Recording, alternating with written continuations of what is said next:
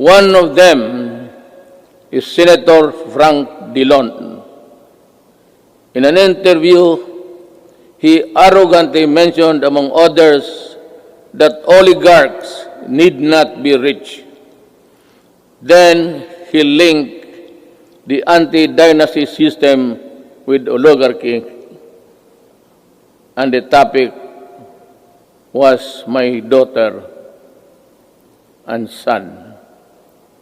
This happened after the Committee of Franchise voted 70-11 to deny the grant of franchise to ABS-CBN. Obviously, he was defending the Lopezes, that they are not oligarchs.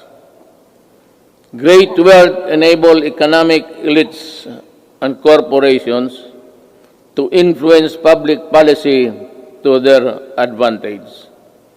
Media is a powerful tool in the hands of oligarchs like the Lopezes, who use their media outlets in their battles with political figures. I am a casualty of the Lopezes during the 2016 election. The dealers and purveyors of illegal drugs, hiding in the shadow of COVID-19, have stepped up their activities. The amount of shabu valued at millions of pesos seized during police operations speak volumes of the enormity and the weight of the problem that we bear. The corrupt, the grafters, and the influence peddlers also take advantage of their fear and confusion that coronavirus generates the financial and material assistance of government to the unemployed, the sick, and the destitute, running into billions of pesos, are not spared from corruption and ineptitude.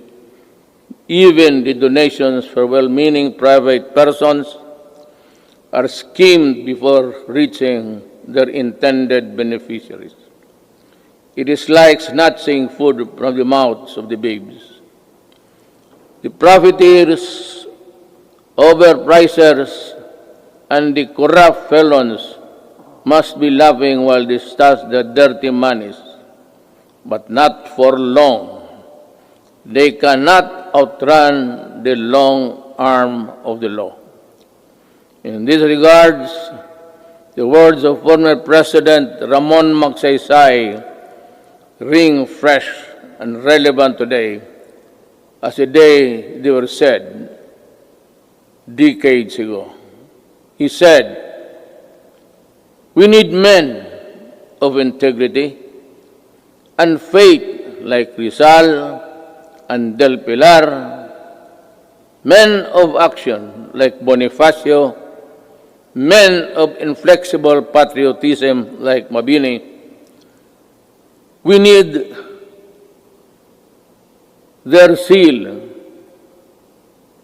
their self-reliance, and their capacity to work, their devotion to service, and their ability to lose themselves in the common cause of building a nation.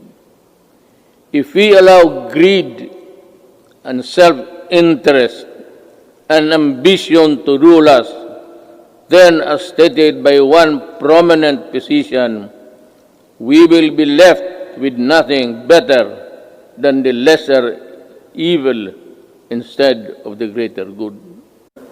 I would like to ask Drilon, were you a part of Accra when this contract of Ayala Water was being drafted? And why are you fumigating? Bakit kasi ikaw lang ang galit? Nasabi mo na dynasty. You are a hypocrite. You know that you cannot pass an anti-dynasty law. Ikaw nandyan sa Congress, ikaw ang mauna dito. But you know, to take it against me for protecting my country is something which I really resent. Alam mo, you describe using the dictionary the synonym ng mga oligarchs, oligarchy, kung ano. Then you proceeded to characterize everyone, every name, and then said that oligarchy is not bad at all, because not all oligarchies are bad. True. But ito, to my countrymen, the oligarchy that exists in this country is the oligarchy that existed during the Spanish time. And the Spanish lands and the friar lands and all the benefits that were passed on to the insulares who did not go back to Spain or to the Spaniards and into their... But that was long ago. It has been forgotten. This is the oligarchy that controls the Philippines by what? By taking control of the water and the electricity and power. Yan ang oligarchy mo, Drilon. Wala nang oligarchy dito except that they have control. Look at how can you now craft a new contract? Because I would insist that you pay the billions and billions that you collected. For example, water treatment. Oh, nandyan sa kontrata. It's in the billing. They've been collected. Since 1997. Ilang bilyon na nga wala ni isa. Not even a faucet was built for a water treatment facility. Yan ang mahirap sa... You do not protect the oligarchs here. You are the one. Ikaw lang mag-isa. And I suspect that you were also the one or help when you were there in the Accra. We do not even know ang mga abogado sa public documents. Hindi nga alam. Hindi natin alam kung nakagraduate ba o hindi. Wala. Would you think Ayala would get the services of those? Ayala got Accra. Accra did it. Ikaw galing ka doon. Most of you, more successful lawyers sa corporation. You handle big corporate. Yan ang mahirap. O, bangga tayo dito. Hinawakan ninyo eh. Hindi ka pwede kayo. Kita mo, noong nag-increase, walang tubig, pinuputol yung tubig. Ang tao, bumigay kasi hindi pwede yung tayo hindi maligo. Hindi uminom. Electricity, ayaw mag-increase. O ayan, wala ka. Palaging brown out lahat.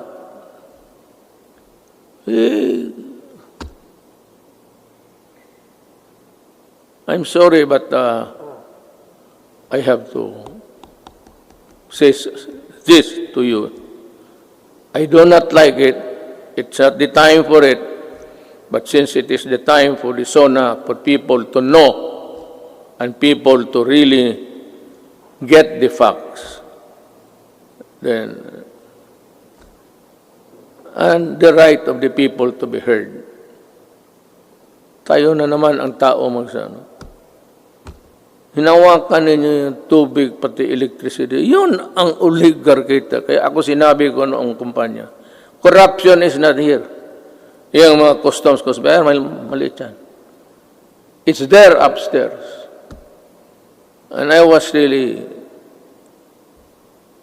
and providential, dumating yung panahon na hindi ko hiningi. Then I saw the contract. Nung nakita ko yung contract na, saka yung linya na ano, yung choice, yung linya ng ano, it belongs to government. The best of the transmission lines, whatever, government gets it first before anybody else. Thank you.